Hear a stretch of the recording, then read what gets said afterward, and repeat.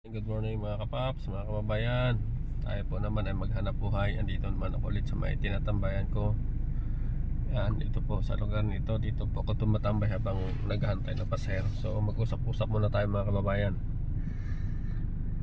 Pag-usapan natin itong si Congressman ng Dasmariñas, si Kiko Barsaga. Siguro narinig nyo na ito mga kaibigan sa mainstream media at sa mga iba pang social media mga kababayan.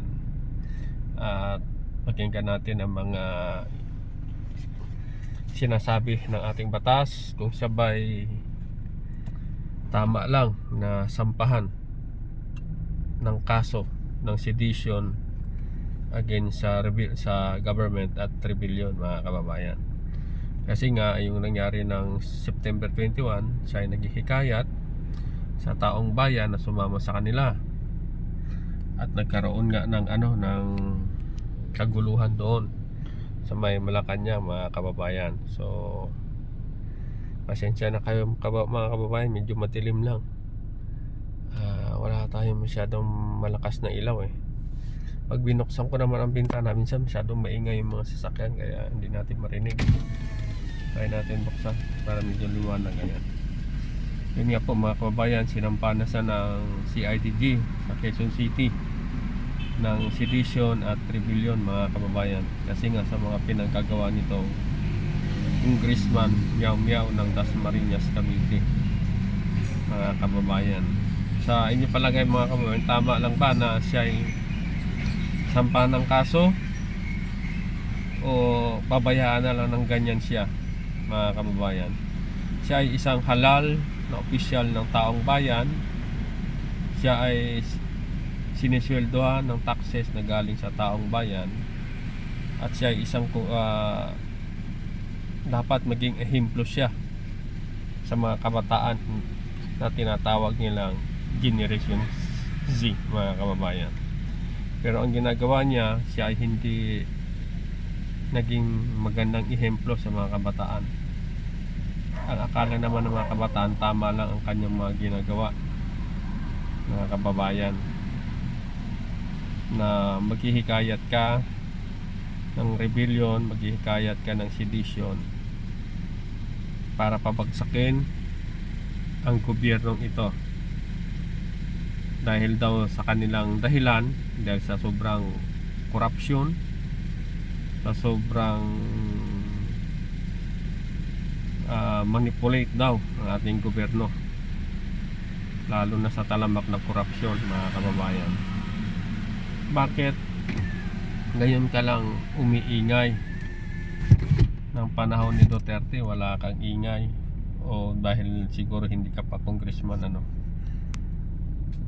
hindi natin alam kung siya ay congressman na, pero kahit na kung hindi ka congressman, pwede ka na magsigaw ng sigaw dyan.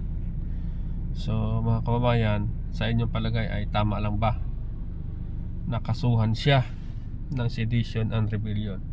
Kasi nasusobrahan na sila ng freedom of speech, freedom of democracy.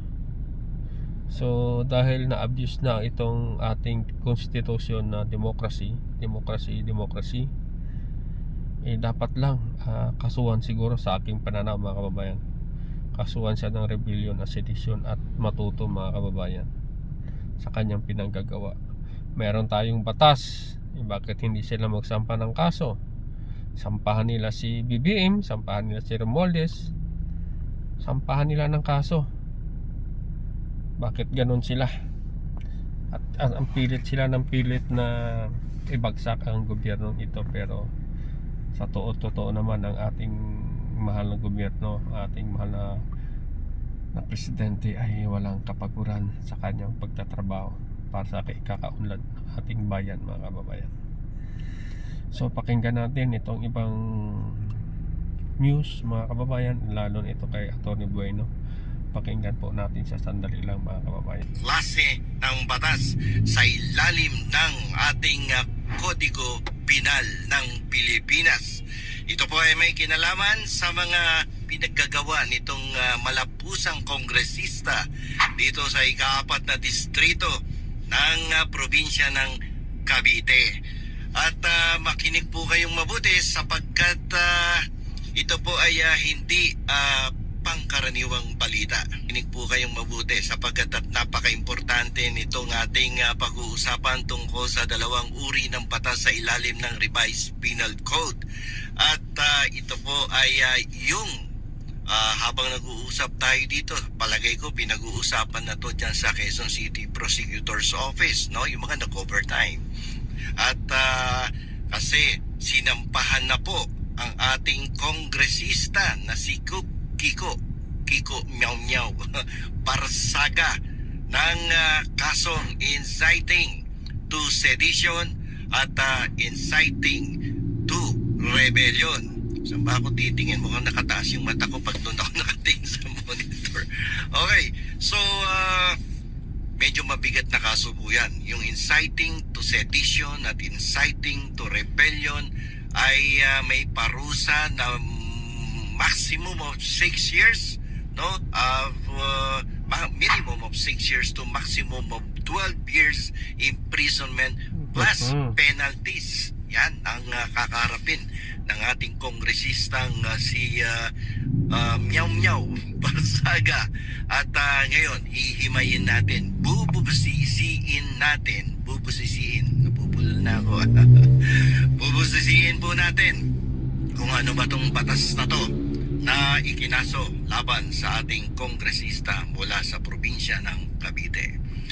Alam niyo po, nung mga nakaraang buwan, ito pong si Congressman Barzaga ay naging laman po ng ating mga pahayagan, naging laman po ng mga social media platforms sapagkat siya po ay nagbitaw ng mga pananalita na itinuturing na mapanganib, mapanira, irresponsableng mga salita na hindi inaasahan sa isang public official, lalong-lalo na sa isang kongresista. The group files a criminal complaint against Cavite Representative Kiko Barzaga over violent incidents during the September 21 anti-corruption protests. In a message to reporters on Wednesday, November 12, CIDG Director Major General Robert Alexander Morico II says they filed a complaint against Barzaga before the Quezon City Prosecutor's Office. However, Morico says the CIDG will refrain from issuing further statements regarding the complaint. He stresses that it may preempt or influence the outcome of the preliminary investigation pending before the city prosecutor. In a social media post earlier Wednesday, Barzaga shared a document that appeared to be a subpoena from the Quezon City Prosecutor's Office for violations of Articles 138 and 142 of the Revised Penal Code. These articles pertain to inciting to rebellion and inciting to sedition.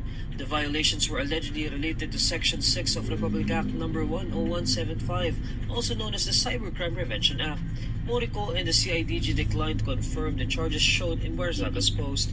The document shared by Barzaga set his appearance before the city prosecutor on the afternoons of November 18 and 25. In his post, Barzaga says the complaint won't stop him and will only make the supposed revolution stronger. Violence erupted at the Ayala Bridge, then at the Menjola Peace Arch on September 21. Police arrested over 200 individuals and at least one was reported dead during the riots. Human rights groups condemned the law enforcers and accused them of failing to exercise maximum tolerance. Alleged anomalies in flood control and other infrastructure projects sparked the massive protests.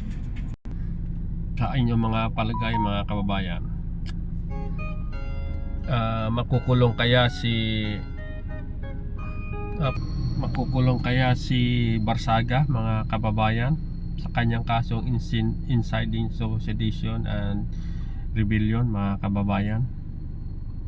Sa akin palagay, sana makulong, talagang makulong, para mapamarisan at makita nila na ang batas natin ay hindi nagpibiro sa mga taong katulad nila na nasusobrahan na, abusive na sa batas, mga kababayan. Kaya please, mga kababayan, isip-isip na po kayo, magbago na po kayo, lalo na ito sa darating na Sabado, Linggo at Lunes, may rally na naman sila.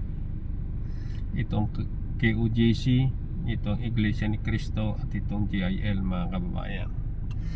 So mag-isip-isip na po kayo mga kababayan, huwag na po kayo sali sa rally dyan. Kasi ang rally na yan, para lang yan sa kanila, hindi yan para sa taong bayan. Para lang yan pagtakpan ang kanilang mga kabalastugan, para pagtakpan lang yan ang kanilang ginawang mali sa bayan mga kababayan. At mga kababayan, maraming salamat po muli sa oras nyo, sa panonood nyo sa ating napag-usapan.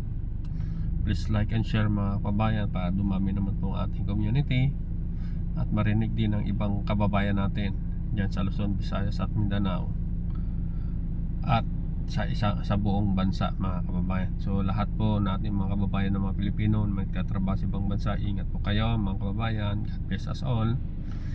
Ulitin ko po ulit mga kababayan, isang like lang po dyan at please share po ang ating videos at marinig din ng mga kababayan natin. Maraming salamat po muli. Bye bye.